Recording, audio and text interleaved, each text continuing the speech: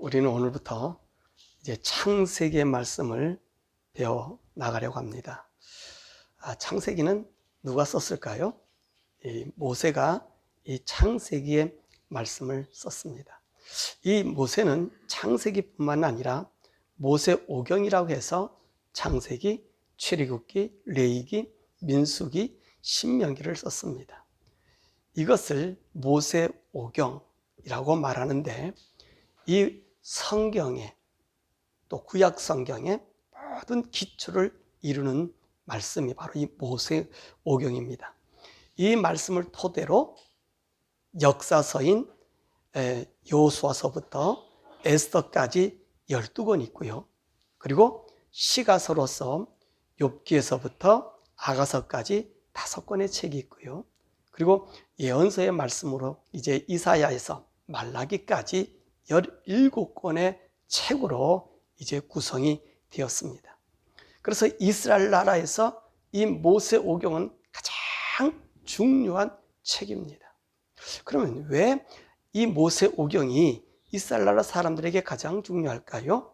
선택받은 아브라함의 자손이 이 세상에 살아갈 때에 하나님의 말씀을 따라 지켜야 할 법칙이 정해져 있기 때문에 그렇습니다. 그래서 이 역사서라는 말씀은 이 이스라엘 백성이 어떻게 하나님 말씀을 이 모세오경에 따라서 살아왔는지 서술한 것이고요.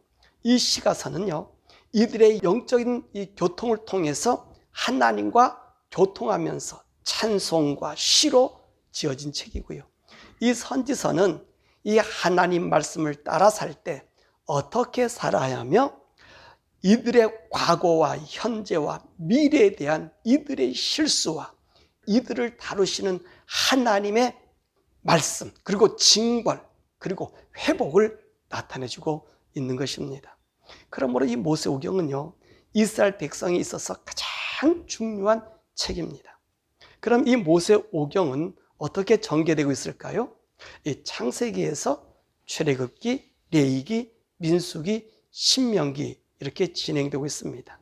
그런데 이 모세오경의 이 5권의 진행을 보면 아주 흥미롭고 잘 조직되어 있음을 볼 수 있는 것입니다. 이스라엘 민족의 관점에서 모세오경 중에서 이 레위기는 그야말로 중요한 법전입니다. 이는 하나님의 선택된 백성들이 살아야 할 구분, 이것이 우리로 얘기하면 헌법으로 규정되기 때문에 그렇습니다. 하나님은 이 레위기를 가르치기 위해서 이스라엘 민족을 40년 동안 광야에서 보내게 했습니다. 그러시면서 이 이스라엘, 너네들이 이 말씀을 배우고 사는 것이 얼마나 중요하고 또 너희들 민족이 얼마나 중요한 것임을 나타내 보이신 것입니다.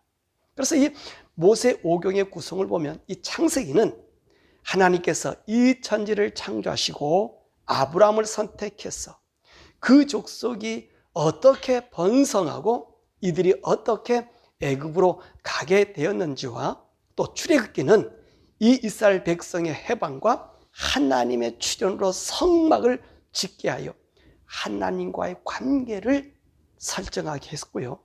그리고 이 레위기는 이제 광야의 사람들, 그리고 앞으로의 모든 이스라엘 나라의 세대가 어떻게 하나님과 이웃과 물질과의 관계를 나타냈는지를 이 법으로 알려준 거예요. 그럼 이 민수기는 어떤 책이냐?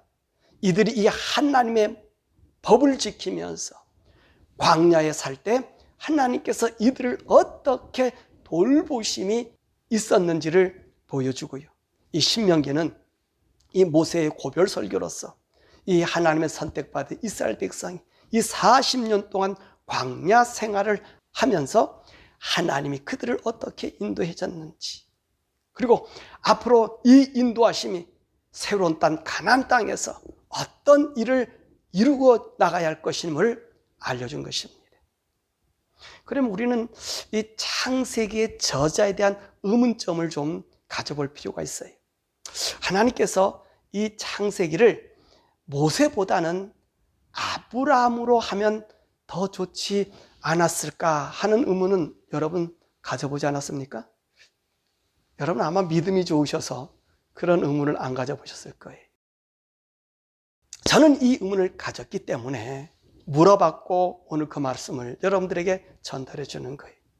하나님께서 이스라엘 민족을 선택하시고 자신의 모든 일을 아브라함에게 먼저 보여주셨기 때문에 그의 계명을 주셔서 그의 자손들에게 인지시키고 살아가게 하는 것이 처음부터 더 좋지 않았겠느냐 하는 바로 그런 의문이었습니다. 그런데 하나님은 이 아브라함으로부터 약 645년이 지난 후에 모세에게 이 창세기를 비롯해서 모세오경을 쓰게 하신 것입니다. 저는 왜 그랬을까? 의문을 가져본 거예요. 그러면서 이 세상의 역사를 생각해 봤습니다. 아브라함이 여러분 앞에 준 그 문서를 이렇게 보시길 바랍니다. 노아 홍수 이후에 연대 교보표.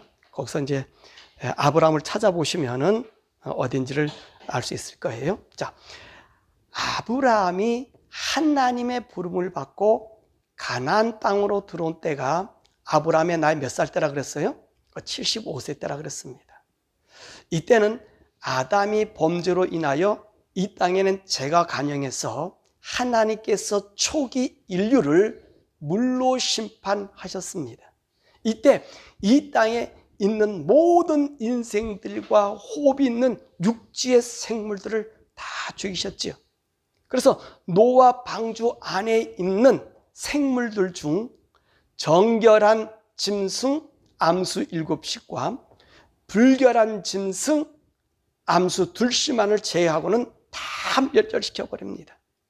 그리고 나서 하나님께서는 노아 홍수를 거치시고 그리고 노아 자손 노아로 그 셈함 야벳을 통해서 이 세상의 인생들을 펼치십니다. 자, 노아의 자손 5대째 벨렉 때에 이 지구는 아주 크나큰 변혁을 일어나게 됩니다. 어떤 변화가 일어나냐면 하나로 붙어있던 이 지구가 지금의 세상 5대양 6대주로 찢어지는 그런 일이 있어서 이 노아의 자손 일부가 그 땅에 흩어져 살게 된 것입니다. 그러나 아직 이곳 아브라함이 살고 있던 곳 바로 갈대아 우르 이 수메르는 노아와 함께 앞으로 4대가 더 살아가요. 그래서 노아와 아브라함이까지 9대가 그 갈대아 우르 수메르 지역에서 살게 됩니다. 그러다가 노아가 죽자 하나님은 데라의 가족을 가나안으로 이동시킵니다. 이때가 노아 홍수 350년이 지난 때입니다. 그리고 나서 아브라함이 가나안 땅에 도착한 것은 노아가 죽고 나서 17년 뒤인 아브라함 나이 75세 때 일입니다. 이때 하나님은 너로 모든 민족이 복을 받게 되는 언약을 하게 됩니다. 바로 이때 하나님께서 모세에게 주신 창세기나 아니면 레위기의 말씀을 주셨으면 얼마나 좋았을까 하는 것입니다. 그런데 하나님은 그 원초적인 그때에 이 말씀을 주시지 않았고요. 언제 주셨다고요? 아브라함으로부터 시작해서 645년이 지나서 그의 후손인 모세에게 주신 것입니다. 왜 그랬을까요? 우리는 아브라함이 갈대아 우르에 살던 때를 살펴보아야 합니다. 이때는 벌써 이 땅에는 종족들이 퍼져 살고 있었습니다. 언제 이 지구가 갈라졌다 그랬죠? 노아의 5대 손인 이 벨렉 때라고 했습니다. 노아가 홍수 후 100년쯤 되었을 때 일입니다. 그리고 나서 250년을 이 수메르 지구에 노아와 함께 아브라함이 그리고 노아의 그 일부의 셈의 자손들이 이 지역에 살게 있었던 것입니다. 요즘 그 학자들의 말에 의하면 이때 문명을 갈대아 우르 지역을 수메르 문명, 메소포타미아 문명, 그래서 북메소포타미아, 남메소포타미아 문명이라고 이렇게 말씀하고 있습니다. 또한 이때 아브라함은 노아와 58년간 살아요. 뿐만 아니라 이 세상은 벨렉 때 흩어진 노아의 후손들이 이미 250년간 각 지역, 각 대륙에서 문명의 꽃을 피우고 있습니다. 애굽에서는 애굽의 문명이 발달되어 애굽 왕조가 형성이 되었고요. 인도에는 인더스 문명이 발달됐고요. 중국은 황화 문명이 꽃을 피우고 있었습니다. 그리고 또 유럽이나 남미나 북아메리카나 이 아프리카는 이들의 후손이 언제 벨렉 때 뭉쳐졌다가 찢어지면서 갈라진 사람들이 그곳에 살게 된 것입니다.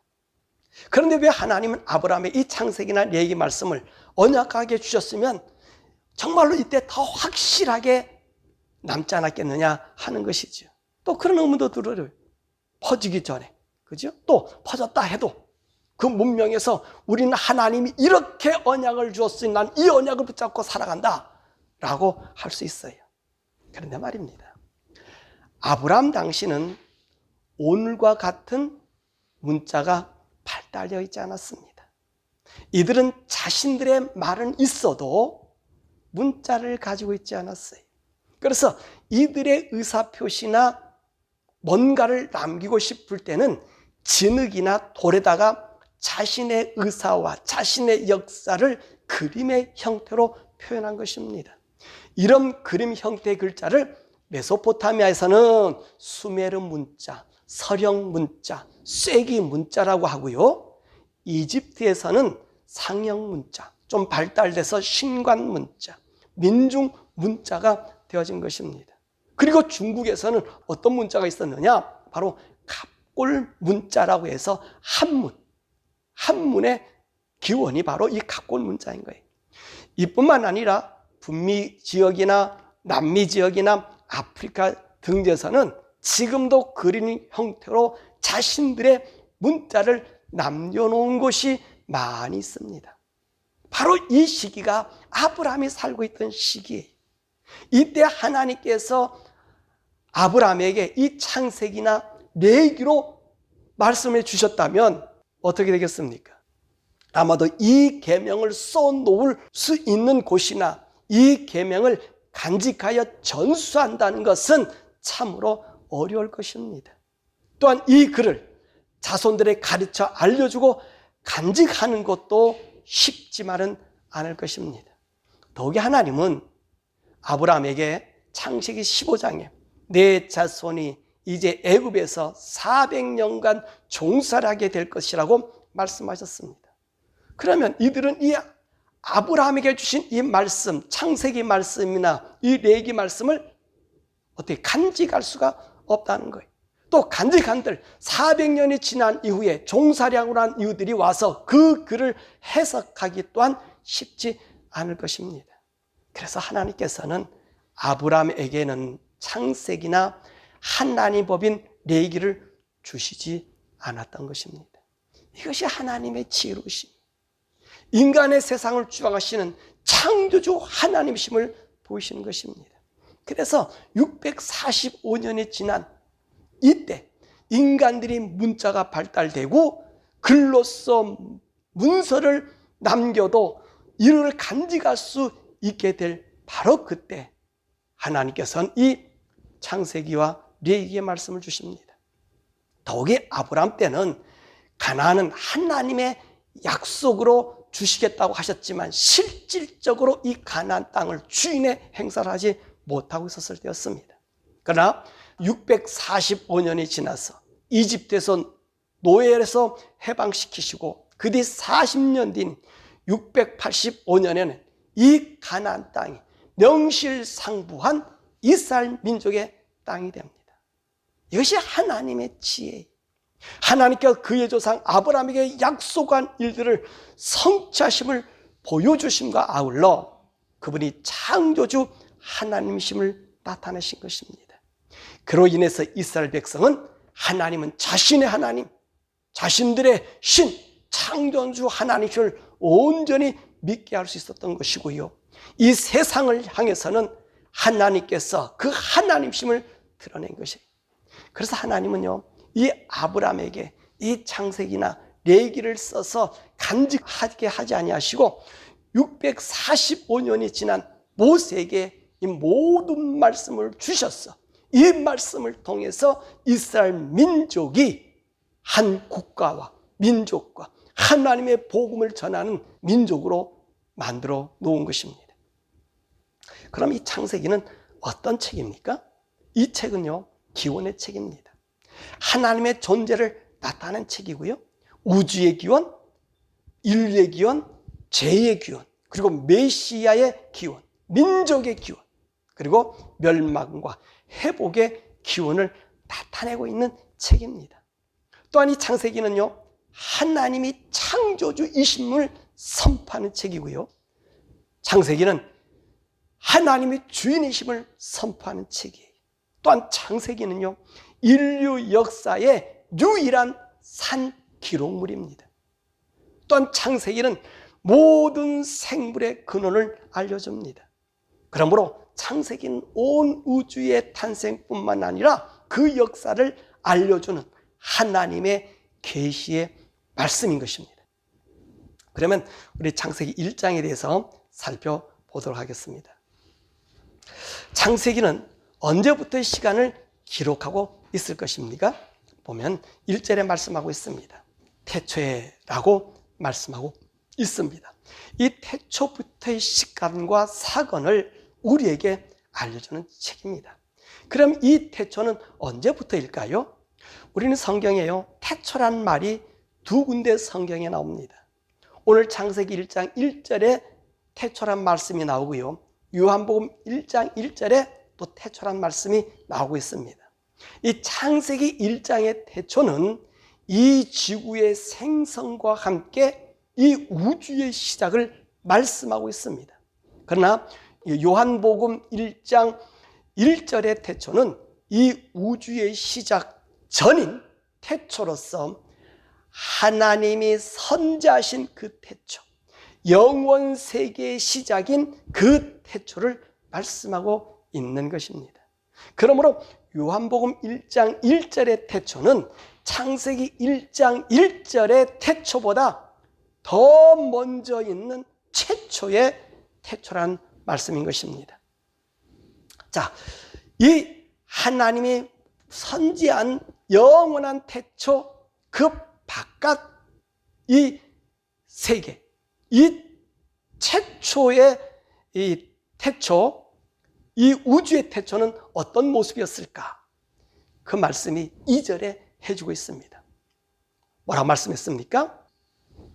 2절의 말씀 보니까 땅이 혼돈하고 공허하며 흑암이 깊음에 있고 하나님의 영은 수면 위에 운행하시더라.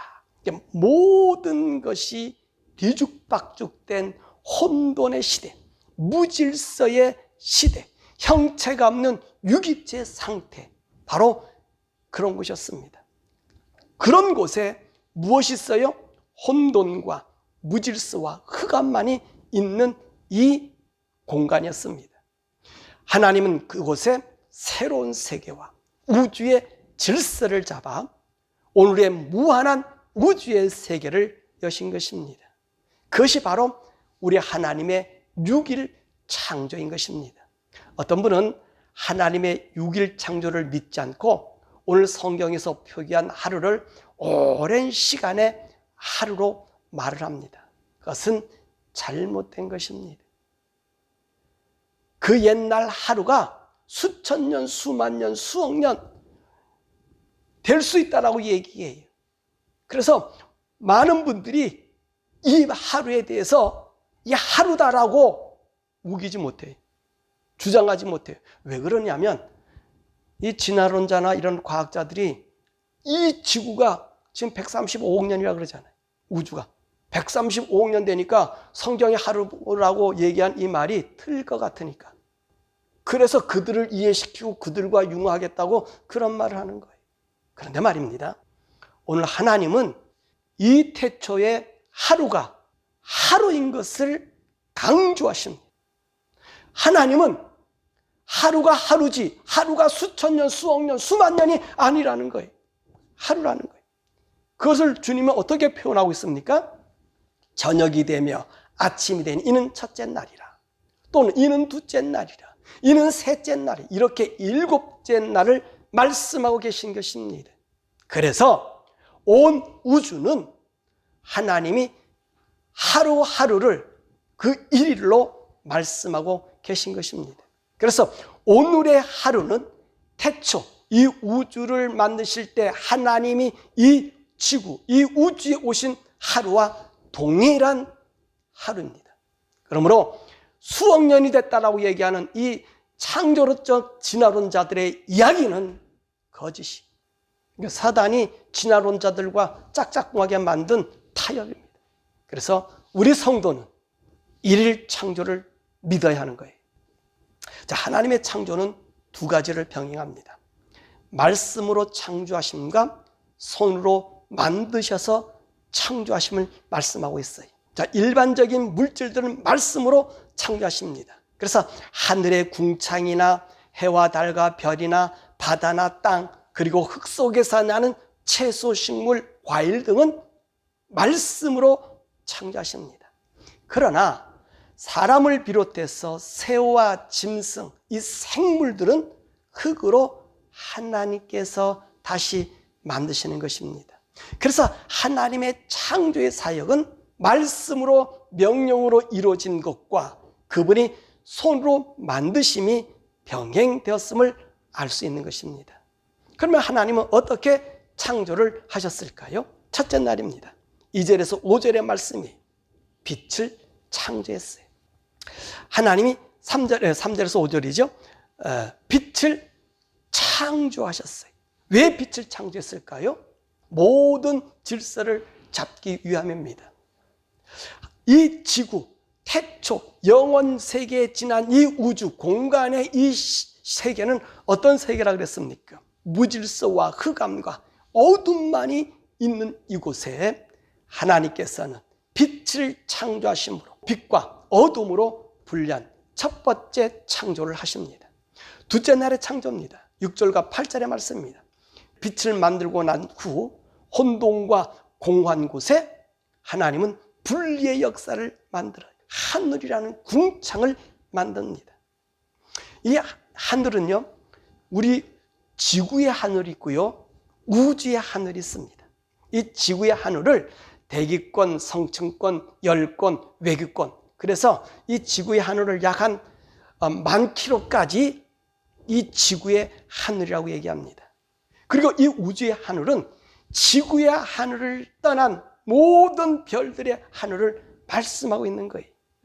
하나님은 이 궁창들, 하늘을 만들면서 혼돈과 공허의 무질서에 섞여 있던 물을 나눠요. 그래서 이 물을 궁창 위의 물과 궁창 아래 물로 만드는 것입니다. 자, 궁창 위의 물은요, 우주에 존재하는 물이에요. 궁창 아래 물은 바로 우리 지구의 물인 것입니다. 과학자들이요, 달에 물이 있다, 화성에 물이 있다, 어떤 별에 물이 있다, 이렇게 난리를 칩니다. 자, 이 물은요, 천지 창조할 때 하나님께서 이미도 이 사실을 말씀하셨습니다. 그러므로 우주의 어떤 별에도 물이 있습니다. 다만 그 물은 지구의 물과는 다른 종류의 물들일 것입니다. 셋째 날은요, 9절에서 13절의 말씀입니다. 이 물 속에서 바로 땅이 드러나게 하십니다. 바로 이 지구에서, 이 지구입니다. 셋째 날은 지구 창조하는 거예요. 지구를 얘기하는 거예요. 이 지구에서 물과 땅이 분리가 되는 그 일을 합니다. 이 우주의 땅과 우주의 바다를 분리하는 것이 아닙니다. 이 셋째 날은 이 지구의 물과 육지를 분리하는 것입니다. 이 지구의 물들이 모인 것을 뭐라 불렀다 그랬어요? 바다라고 부르시고요, 드러난 땅을 묻힐 육지라고 부르신 거예요. 그리고 나서 하나님은 이 땅에 각종 채소와 식물과 과일을 내라고 명령하십니다. 이것은 이 땅에, 이 지구에 무엇을 불어넣어요? 생명을 불어넣는 것입니다. 그래서 이 각종 풀과 채소와 씨 맺는 과일은 이 땅에 생명력을 만드는 원동력이 돼요. 그래서 우리 주님께서 뭐라 말씀하십니까? 공중의 새와 이 땅의 짐승이 뭐를 먹으라? 이 풀들을 먹어라. 그렇게 셋째 날에 이 지구를 이제 온전하게 구성하시는 겁니다. 그건 넷째 날입니다. 14절 19절입니다. 하나님께서 하늘 궁창에 이 지구와 같은 별들을 만드십니다. 사실 이 지구는요, 지구의 어떤 별에서 떨어져서 나온 것 아닙니다. 이 지구는 하나님께서 이 우주의 어떤 별보다 가장 먼저 만드셨습니다. 그리고 이 지구를 위해 첫 번째로 만드신 것이 바로 큰 광명체들을 통해서 낯을 주관하게 하시고 작은 광명체를 만드시어 밤을 주관하게 하십니다. 그래서 이 우주에는 해와 같이 빛나는 광명체가 여러 개 있음을 말씀하고 있는 거예요. 이렇게 우주의 광명체를 만들고 나서 하나님은 이 지구를 위해 큰 광명체인 해를 만드시고요, 작은 광명체인 달과 그리고 별들을 만들어 땅을 비추게 하신다라고 말씀하고 있습니다. 그래서 이 빛과 어둠을 우리가 쉽게 낮과 밤으로 보여주신 것입니다. 그래서 이 과학자들은요, 이 천체는 해보다 수억만 배, 수조 배의 큰 크기의 뜨거운 밝은 별이 있다고 야단법석칩니다. 그런데 성경은 뭐라 말씀하셔요? 이미도 말씀하셨잖아요. 그 우주에 정말로 어마어마한 광명체들을 만들려고 그래요. 광명체들, 이 빛들을 만들어 놓으셨다고 말씀해 주는 거예요. 그러니까 이 과학자들이 난리 법석 치는 거는 무엇을 증명해 주는 겁니까? 우리 하나님이 창조주 하나님께서 이미도 만든 것을 그냥 알려주고 확인하는 것뿐입니다. 다섯째 날입니다. 20절에서 23절의 말씀입니다. 이 지구의 하늘에 새와 바다의 생물들을 그 종류대로 창조하십니다. 그리고 이 생명체들에게 생육하고 번성하라고 말씀하시는 것입니다. 하나님은 이미도 이 생명체를 살 수 있는 지구의 환경을 언제 만드셨다 그랬어요? 세 번째 날에 창조해서 조성시켜놨어요. 참 우리 하나님이요, 너무너무 지혜로우신 분이시고 너무 우리 하나님이 전지전능하신 분임을 다시 알려주시는 것입니다. 자, 이 다섯째 날에 새와 바다의 생물들, 그래서 이 지구를 채우는 것들을 만들어 놓으시고, 그 다음에 여섯째 날 어떤 일을 행하십니까? 이 날은 땅의 짐승과 인간을 창조하십니다. 땅의 짐승은 하나님께서 그 종류대로 창조하셨다고 말씀하십니다. 자, 이 짐승들은요, 하나님이 지으셨다 그랬어요. 만드셨다 그랬어요. 아까도 얘기했죠. 하나님은 말씀으로 창조하신 것과 손으로 만드신 것이 있다 그랬어요. 그래서 이 땅의 육체, 이 새나 이런 것들은, 생물들은 하나님이 손으로 만드시고, 또 우리 인간도 마찬가지 손으로 만드신 거예요. 그래, 이 모든 걸 만들어 놓고 마지막 번째 누구를 창조합니까? 인간을 창조하십니다. 여섯째 날 마지막 우리 하나님 인간을 창조하십니다. 그럼 하나님은 이 인간을 어떻게 만들었는지와 그 만든 목적에 대해서 말씀해 주고 계십니다. 26절에서 30절의 말씀입니다. 하나님이 인간을 어떻게 만들었다고요? 26절에 보니까 하나님의 형상대로 남자와 여자를 창조하셨다라고 말씀하십니다. 하나님의 형상대로 우리 인간을 창조했다는 말씀입니다. 자, 하나님의 모양이나 성품을 또한 찍어낸다는 의미도 있습니다. 이 무슨 말이냐면, 이 창조한다는 원의미, 이 바라라라는 의미는요, 무에서 유를 만들어낼 때, 없는 것에서 새로운 것을 만들어낼 때 쓰는 용어입니다. 그런데 그와 함께 이 바라의 말에는 좀 뭡니까? 컷아웃이라고 하는, 잘라내다라고 하는 의미도 같이 있습니다. 오늘 하나님 형상으로 만들었다는 이 바라는 하나님의 모습을 잘라내어 인간에게 붙였다는 말입니다. 그러니까 우리 인간은 하나님의 본체의 형상에서 잘라내어 만들었다는 것입니다. 그래서 우리 인간이 하나님의 한 부분을 가지게 된 거예요. 그러므로 이것이 우리 인간이 하나님의 아들이 되는 원리가 되는 것입니다. 왜 부모와 자식이 끈끈할까요? 이것은요, 부모의 한 부분을 잘라서 우리 자식에게 주었기 때문에 그런 거예요. 이처럼 하나님은 우리 인간을 자신의 한 부분을 우리 인간들에게 주셨기 때문에 그분이 우리를 위해 죽을 수 있는 것입니다. 또한 이 인간의 존재가 얼마나 귀한 것인지를 말씀하고 있는 것이에요. 그러므로 우리가 하나님의 형상으로 지음받았다는 말씀은 우리 하나님의 모습을 닮았을 뿐만 아니라 그분의 성품까지 우리 속에 주셨다는 말인 것입니다. 아멘? 그게 우리 인간이. 자, 하나님이 그냥 창조하셨다. 그것이 아니라 그래요. 하나님이 제게 주신 말씀 여러 개 얘기해요. 잘라서 붙인 거예요.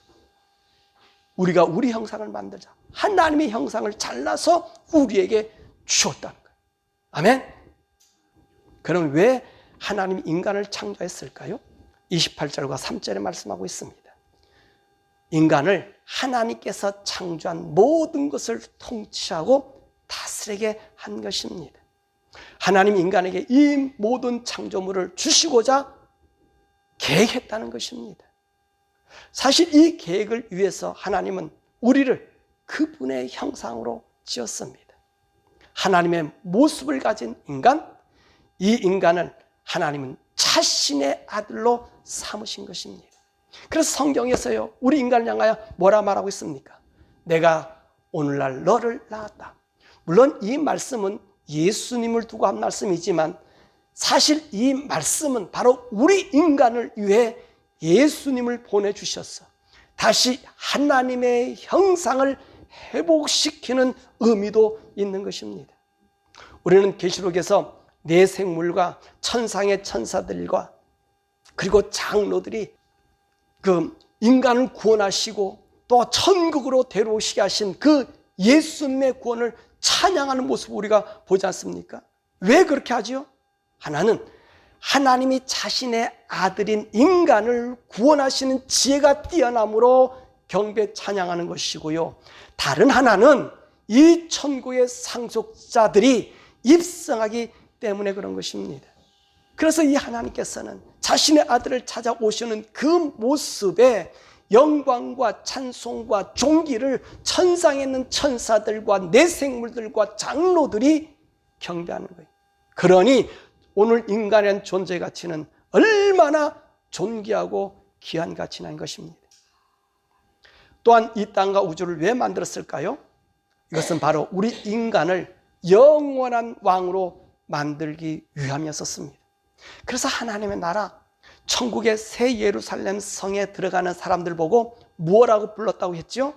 만국의 왕이 자기 영광을 가지고 들어간다고 했습니다. 계시록 21장 24절과 26절에 그 말씀하고 있잖아요. 이 만국의 영광을 가진 인간이 누구라 그랬습니까? 우리 구원받은 성도, 예수 믿어 하나님의 형상, 그것이 회복된 하나님의 아들, 이들이 왕이 되었어요. 영원의 세계, 그 태초에, 우리 인간의 태초보다 더 영원 태초에 우리 하나님이 건설한 땅에 왕으로 들어가는 거예요. 만국의 왕. 정말 여러분들이 만국의 왕으로 가시기를 바랍니다. 말씀을 믿죠. 이 창세기의 말씀을 보면서 하나님의 지혜의 완전함과 그분의 전지전능성을 볼 수 있습니다.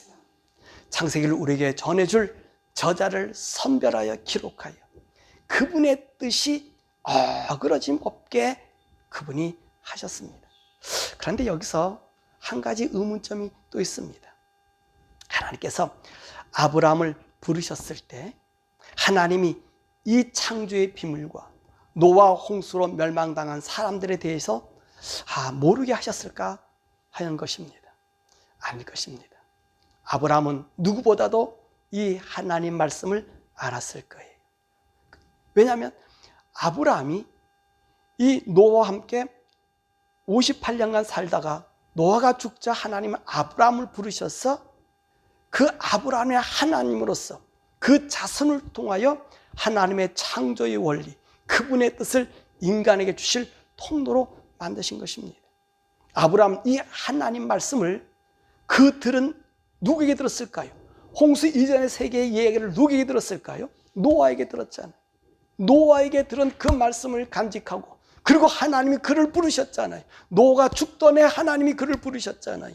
그래서 그 아들 이삭에게 이 하늘의 얘기를 전해주고요. 또 이삭은 야곱에게 그 하늘의 이야기를 전해주고요. 야곱은 이 얘기를 누구에게 전해줘요? 요셉에게 전해줍니다. 그래서 이 하나님께서는 이 아브라함에게 이 모세오경에 있는 말씀을 그들 자손에게 알려줘요. 마치 아프리카 부족들이 자기 부족들의 역사와 전통과 혈통을 그 후손 한 사람에게 알려서 그 역사를 전달합니다. 왜냐하면 그들은 기록보다 말을 전달해야 되니까요. 그런 사람을 뭐라고 얘기한다 그랬습니까? 그리오라고 얘기해요. 그리오라고 하는 이 박물관을 같은 역할을 하는 사람을 만듭니다. 바로 이 역할을 아브라함이 한 것입니다.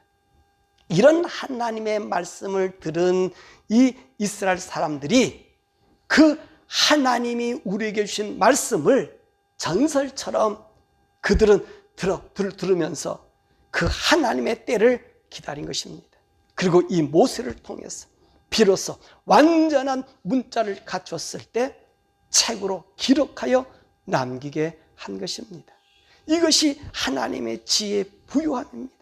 그러므로 이 창세기는 하나님의 존재와 하나님과 인간과의 관계가 얼마나 친숙한지를 나타내는 것으로서 우주 창조보다 더 중요한 것입니다. 왜냐하면 인간 존재성을 보여주고 이 만물을 다스리는 하나님의 형상, 즉 그분의 아들임을 나타내 주고 있는 것입니다. 그러므로 이 자존감을 가지시고 이 세상과 분리된 거룩한 성도로서 하나님의 형상의 영광을 드러내셔서 우리 주님 오시는 날 그 영광의 형상이 변화되어 하나님의 아들로서 그 영원한 천국의 왕의 잔치에 참여하는 우리 모든 성도 되시기를 주 예수 그리스도 이름으로 간절히 축원합니다.